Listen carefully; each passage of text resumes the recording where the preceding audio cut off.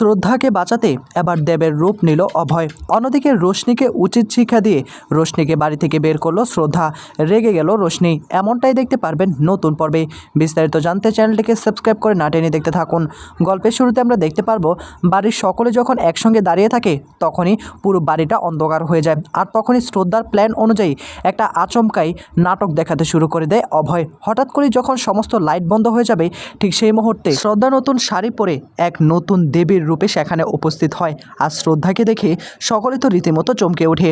কিছুক্ষণ পরই শ্রদ্ধার সাথে সাথে অভয় দেবের রূপ ধারণ করে। অভয় এবং শ্রদ্ধা আগে থেকে প্ল্যান করে এসব কিছু করেছে। অভয় তখন শ্রদ্ধার কাছাকাছি আসে আর তখনই অভয় শ্রদ্ধার দিকে তাকিয়ে থাকে। অভয় তখন বলে, যেখানে দেবী রয়েছে সেখানে তো দেব অবশ্যই থাকবে, তাই আমরা দেব এবং দেবী দুজনেই একসঙ্গে এসেছি। আর এসব কিছু শোনার পর রোশনির মাথায় তো আকাশ ভেঙে পড়ে।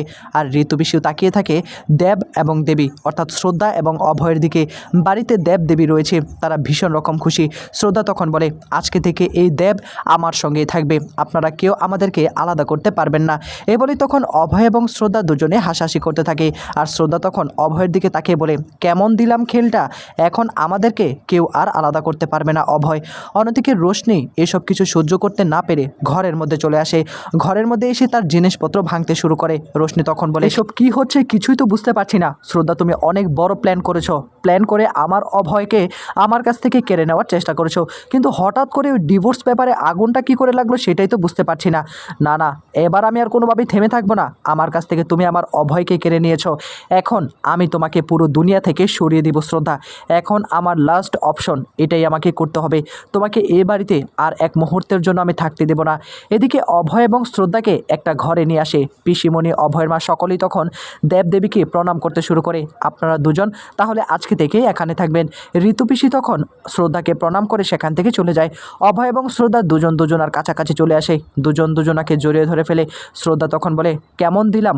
অভয় তখন বলে, এই সব কিছু কী করে হলে কিছুই তো বুঝতে পারছি না, আমি তো ভয় পেয়ে গিয়েছিলাম আমরা সাকসেসফুল হব তো। তখনই শ্রদ্ধা বলে ওঠে, এসব কিছু তো একা আমাদের কাজ না, বরুণজি যদি না থাকতো তাহলে তো আমরা কোনো কিছুই করতে পারতাম না। কিছুক্ষণ পরই বরুণ সেখানে চলে আসে আর এসেই তখন তাদের সঙ্গে মজা করতে শুরু করে। দেব দেবী প্রণাম নেবেন। তখনই আবার অভয় বলে ওঠে, এসব কিছু কি করে হলো, আমি তো কিছুই বুঝতে পারছি না। এদিকে শ্রদ্ধা তখন বলে, আমিও তো ঠিক বুঝতে পারছি না, আসলেই কিন্তু স্প্রে করেছিল রোশনি। এদিকে শ্রদ্ধা তখন পুরনো কথাগুলো ভাবতে শুরু করে। হঠাৎ করে শ্রদ্ধা আবার অভয়কে বলে, কিন্তু আমি একটা জিনিস বুঝতে পারছি না, যেখানে ডক্টর কোনো কিছু করতে পারতো না সেখানে সেখানে হনুমান আমাকে একটা লাড্ডু খাইয়েছে, তারপর থেকে আমি একদম সুস্থ হয়ে গিয়েছি, কিন্তু সেটা কি করে কিছুই বুঝতে পারছি না। আমাদেরকে রক্ষা করেছে, তবে আমরা যে দেবদেবীর একটা রূপ নিয়েছি, ভগবান আমাদের উপর নারাজ হবে না তো। কিছুক্ষণ পরই সেখানে চলে আসে হনুমান। হনুমান এসে বলে, না না, যে ভালো কাজ করে ভালো কাজের জন্য মুখোশ পরে থাকে তার কিচ্ছু হবে না, তোমার কিছু হবে না ভালো আন্টি। তখনই হনুমানের কাছে আসে আর তখনই শ্রদ্ধা বলে, এই কথা তোমাকে কে বলেছে হনুমান।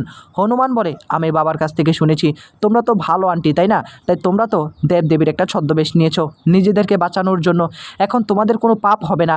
আর আমি তো তোমাকে লাড্ডু খাইয়েছি, তুমি আমাকে লাড্ডু খাওয়াবে না। বরুণ তখন বলে, হ্যাঁ তোমার জন্য অনেকগুলো লাড্ডু এখানে আনা আছে, তুমি এক্ষুনি লাড্ডু খাও। এ বলে তখন হনুমানকে লাড্ডু দিয়ে দেয়।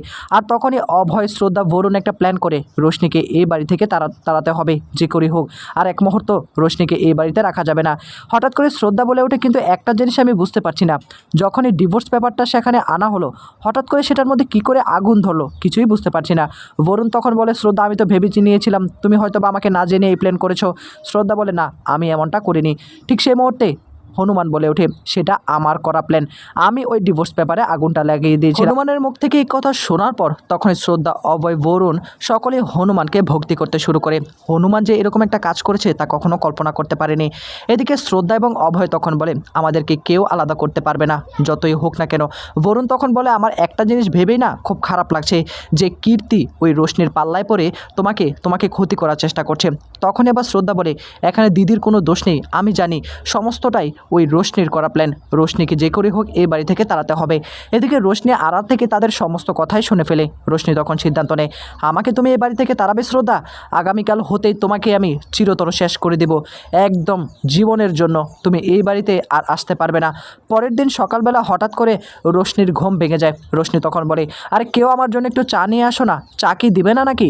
ঘুম ভাঙতে হঠাৎ করে দেখতে পায় সে একটা পার্কে চলে এসেছে। আর তখনই বলে, কি ব্যাপার, আমি পার্কে কি করছি কিছু তো বুঝতে পারছি না তার সমস্ত ব্যাগ পার্কে। রোশনি তখন মনে মনে বলে এটা কি আমি স্বপ্ন দেখছি নাকি? তখনই সেখানে শ্রদ্ধা চলে আসে। শ্রদ্ধা এসে বলে কি রোশনি, ঘুমিয়ে ঘুমিয়ে স্বপ্ন দেখছো নাকি জেগে জেগে স্বপ্ন দেখছো? তুমি যেটা দেখছো সেটা বাস্তব। তোমার ব্যাগপত্র নিয়ে তোমাকে আমি গার্ডেনে দিয়ে গেলাম, এক্ষুনি এখান থেকে চলে যাবে। ফার্দার যদি আমার বাড়িতে যাওয়ার চেষ্টা করো তাহলে খুব খারাপ হয়ে যাবে। আমি জানি তুমি আমাকে স্প্রেটা দিয়ে একদম শেষ করে দিতে চাচ্ছিলে, কিন্তু সেই স্প্রে এখন তোমার শরীরে লাগানো আছে, আমি স্প্রেটা করে দিয়েছি। এই বলেই তখন রোশনির কাছ থেকে সেখান থেকে চলে আসে শ্রদ্ধা। এদিকে কীর্তি রোশনিকে খোঁজাখুঁজি করতে শুরু করে, রোশনির কোনো খোঁজ পাচ্ছে না। কীর্তি তখন অভয়কে নিয়ে চিন্তার মধ্যে পড়ে যায় যে অভয় এই ম্যাজিকগুলো কি করে দেখালো, কিছুই তো বুঝতে পারছি না। ঠিক সেই মুহূর্তে সেখানে আবার হনুমান বসে থাকে। তখনই হনুমানের দিকে তাকিয়ে বলে, তুমি আমার ঘরে কি করছো পারমিশন ছাড়া? তখনই হনুমান বলে, আরে তোমার সঙ্গে আমার কিছু কথা ছিল। তখনই কীর্তি বলে, এক্ষুনি আমার ঘর থেকে চলে যাও। কীর্তির দিকে তাকিয়ে তখনই হনুমান বলে, আমি তোমার ঘর থেকে চলে যাব, আমার সঙ্গে একটু খেলাধুলা করো না। এই বলেই তখন কীর্তির একটা নেকলেস হাতে নিয়ে সেটা নিয়ে দৌড়াতে শুরু করে। কীর্তি তখন বলে, এটা আমাকে দিয়ে দাও না। তখনই হনুমান বলে, আচ্ছা ঠিক আছে, আমি এটা নিচে রেখেছি, তুমি এটা নিয়ে নাও। এই বলেই তখন হনুমান তার জাদু দেখাতে শুরু করে। সে যখনই হাত দিয়ে ইশারা করে তখনই সে নেকলেসটা এক জায়গা থেকে অন্য জায়গায় চলে যায়। আর এসব কিছু দেখে কীর্তির মাথায় তো আকাশ ভেঙে পড়ে। আর কীর্তি তখন বলে, এই কাজটা কি করে করলে তুমি? নিশ্চয়ই তুমি সাদা সুতো দিয়ে এই কাজটা করছো, আমি খুব ভালো করে বুঝতে পারছি। এর আগে আমরাও করেছিলাম, ওই বড় ঘন্টাটাকে কি করে ফেলেছিলাম। কথা শোনার পর তখনই হনুমান বলে, তাহলে তুমিও খারাপ আন্টি? এদিকে কীর্তি হনুমানের সঙ্গে খেলতে খেলতে হঠাৎ করে হুচুট খেয়ে পড়ে যায়। কিছুক্ষণ পরই শ্রদ্ধা সেখানে চলে আসে। আর তখনই শ্রদ্ধার কাছে নালিশ করতে থাকে, এই সব কিছু হনুমানের জন্য হয়েছে। এই হনুমান আসার পর থেকে আমার অবস্থা নাজেহাল হয়ে গিয়েছে। তখনই শ্রদ্ধা বলে, হনুমান, বড়দের সঙ্গে কি করে কথা বলতে হয় সেটা কি এখনও তুমি শিখোনি? কেন তুমি বড়দের সঙ্গে এভাবে খেলাধুলা করছো? তখনই শ্রদ্ধা হনুমানকে অনেক বকাঝকা করে, হনুমানকে বলে, তুমি আর কোনো সময় এই ঘরে আসবে না। তখন শ্রদ্ধাকে বলে, এই বাচ্চা শুধুমাত্র আমার আশেপাশে না থাকলেই হয়, আমার অবস্থা নাজেহাল হয়ে যাবে। এদিকে হনুমানকে নিয়ে ঘরে চলে আসে শ্রদ্ধা হনুমানকে বোঝাতে শুরু করে। অন্যদিকে কীর্তি রোশনিকে ফোন করে। আর রোশনি তখন সমস্ত কিছুই খুলে বলে যে তাকে নাকি বাড়ি থেকে বের করে দিয়েছে, এখন কোনোভাবেই ওই বাড়িতে আর যেতে পারবে না। এখন লাস্ট একটা অপশন রয়েছে, যে করে হোক আমাকে এই অপশনটা কাজে লাগাতে হবে। কীর্তির একটা সাহায্য চায় রোশনি। আর তখন কীর্তি বলে, কি সাহায্য? রোশনি তখন বলে, কোনোভাবেই যেন শ্রদ্ধাকে বাড়ি থেকে বের করা হয়, আর এতে করেই সে প্ল্যানটা সাকসেসফুল করে। অন্যদিকে দেখা যাবে শ্রদ্ধা হনুমানকে বলে, হনুমান, আজকের পর থেকে তুমি এই ঘর ছেড়ে কোথাও যাবে না, তুমি এই ঘরের মধ্যেই থাকবে, আর বড়দের সঙ্গে কোনো বাজে ব্যবহার করবে না। হনুমান তখন বলে, ভালো আন্টি, আমি খারাপ কিছু করিনি, আর আমি ওনাকে ধাক্কা দিইনি, উনি তো খারাপ আন্টি, পচা আন্টি। এদিকে কিছুক্ষণ পরই দেখা যাবে শ্রদ্ধা হনুমানের কাছে এসে তার একটা দিব্যি দেয়, তোমার আমার দিব্যি, তুমি কোথাও যাবে না, এখানে থাকবে। এসব কিছু জানার পর হনুমান বলে, ভালো আন্টি, এটা করবে না, এটা করবে না। শ্রদ্ধা কীর্তির কাছে এসে বলে, কীর্তি, আমি হনুমানের সঙ্গে কথা বলেছি, ও আর তোকে ডিস্টার্ব করবে না। কীর্তি তখন শ্রদ্ধার দিকে তাকিয়ে বলে, আমরা একটু ফুচকা খেতে বাড়ি যেতে পারি না? অনেক দিন ধরে তো কোথাও যাই না দিদি। তখনই শ্রদ্ধা বলে, ও এখন দিদি, এখন দেবী কি বাদ হয়ে গিয়েছে নাকি? আচ্ছা ঠিক আছে চল। অন্যদিকে হনুমান বুঝতে পারে যে শ্রদ্ধার সামনে বিপদ আসতে চলেছে, কিন্তু দিব্যি দিয়ে ফেলেছে, কোনোভাবে বের হতে পারছে না। বাইরে এসে তখন ফুচকা খেতে শুরু করে শ্রদ্ধা। আর শ্রদ্ধাকে দেখে ফুচকাওয়ালা তখন তাকে ভক্তি করতে শুরু করে, প্রণাম করতে শুরু করে।